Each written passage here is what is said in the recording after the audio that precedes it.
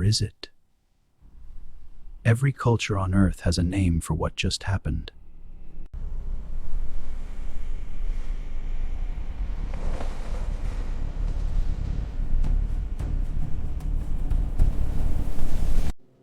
Two explanations exist for what happens in that dark room. One from neuroscience, one from the Quran. And the answer is more complex. During REM sleep, your brain is more active than when you are awake.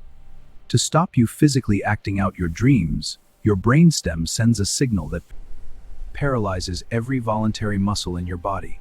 This is called REM atonia. Normally it ends before you become conscious. But sometimes, you wake up before it does. Your conscious mind is fully awake. You can see your room, you know where you are. But every signal your brain sends to move is blocked. Your voice, your arms, your legs, your fingers blocked. And in 75% of episodes, your brain generates something. The phenomenon you know as sleep paralysis has a name in classical Islamic scholarship. Al-Jathum. It is referenced in Islamic medical and spiritual literature. And Islamic scholars do not agree that it is always, or even usually, a jinn attack. The ruling is more nuanced, more careful, more honest. Classical Islamic scholarship categorizes al-Jathum into two distinct types. First, temporary isolated episodes.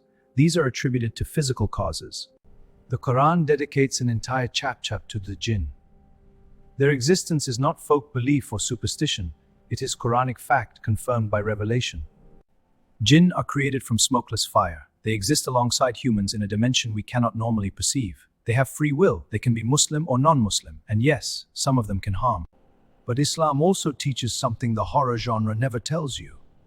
They have limitations. And you have protection they cannot penetrate.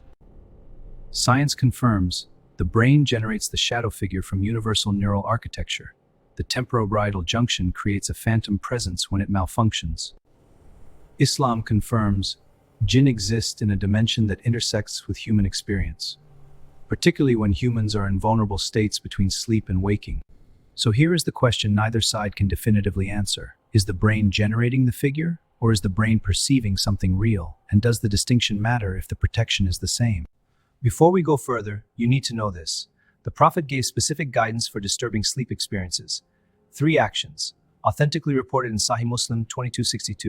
This guidance predates neuroscience by 1400 years. And neuroscience has now confirmed that changing position disrupts the REM paralysis cycle. The Prophet knew.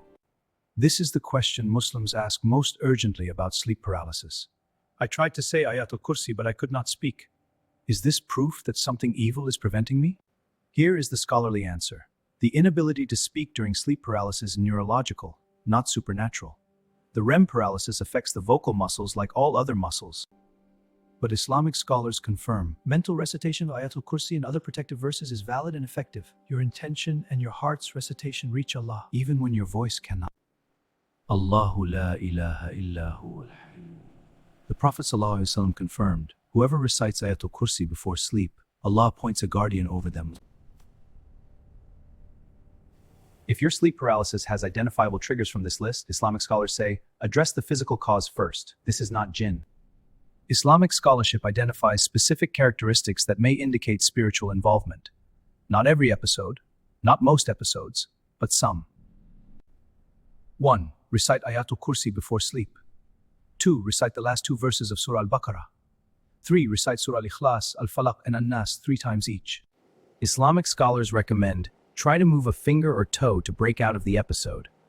A tiny voluntary movement there can disrupt the entire paralysis cycle. The guidance given by Islamic scholars aligns perfectly with neurological fact.